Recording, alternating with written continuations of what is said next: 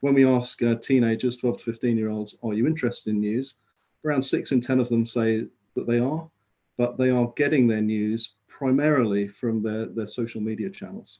When I was that age, I don't recall being conscious of news at all, except at a very, very high level, because all the news that we could get was written or spoken for adults.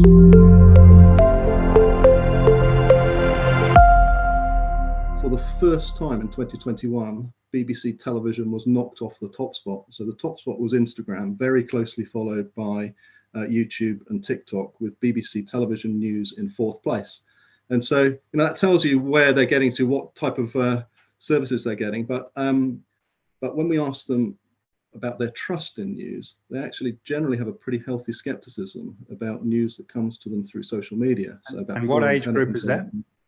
This is 12 to 15-year-olds. See, that's good, isn't it?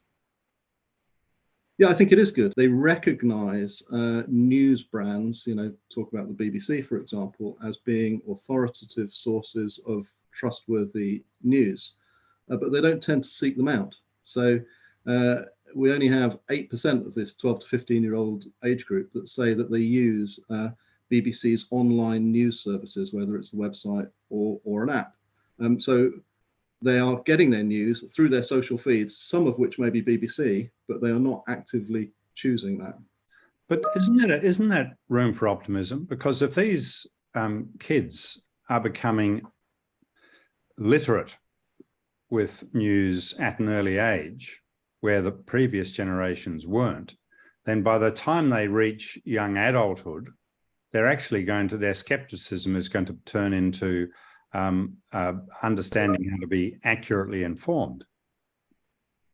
You may well be right there. I mean, I think that does highlight the importance of media literacy skills amongst young people, and making sure that people of all ages, and perhaps young people in particular, have critical understanding of what is pushed to them through their social media feeds.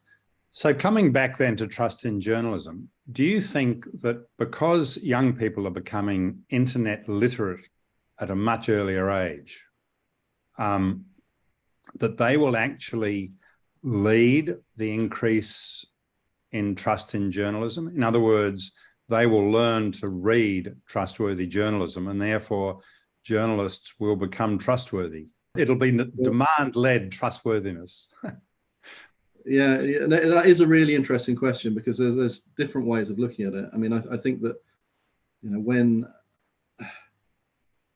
there is such a variety of news that comes into people's inboxes from all sorts of sources of relative differing levels of sort of authoritativeness and quality,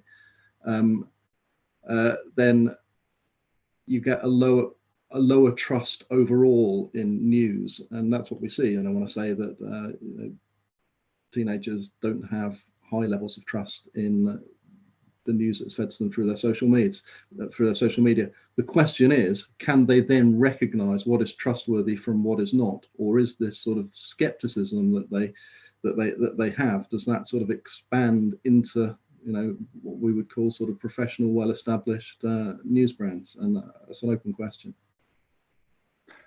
I guess Ian Macrae will have to wait and find out. Thank you very much. Thank you very much, Peter.